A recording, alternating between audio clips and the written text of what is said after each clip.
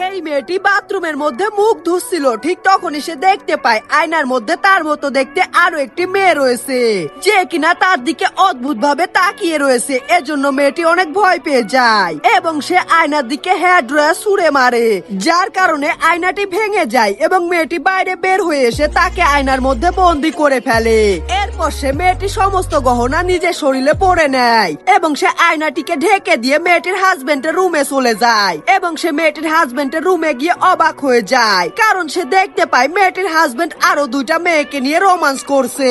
এটা দেখে মেয়েটি অনেক বেশি রেগে যায় এবং সে মেয়েটির হাজবেন্ডের সঙ্গে ঝগড়া করতে শুরু করে, কিন্তু মেয়েটির দুষ্টু হাজবেন্ড তাকে ধরে বন্দি করে ফেলার চেষ্টা করে। এজন্য মেয়েটি দৌড়ে বাথরুমের মধ্যে পালিয়ে যায় এবং সে আয়নার মধ্যে আবার ঢোকার চেষ্টা করলে দেখতে পায় মেয়েটি আয়না থেকে বের হচ্ছে না এবং ওই মেয়েটি একটা সুন্দর দেবদূত ছেলেকে তার বয়ফ্রেন্ড বানিয়ে নিয়েছে এবং তারা দুইজন মিলে তাকে বিদায় জানিয়ে আয়নার মধ্যে থেকে চলে যায়। এদিকে মেয়েটি আয়নাটিকে ভাঙতে শুরু করে, কিন্তু সে দেখতে পায় আয়নার মধ্যে যাওয়ার কোনো রাস্তা নাই। এদিকে মেয়েটির দুষ্টু হাজবেন্ড দরজা ভেঙে তাকে বন্দি করার জন্য ভেতরে চলে এসেছে।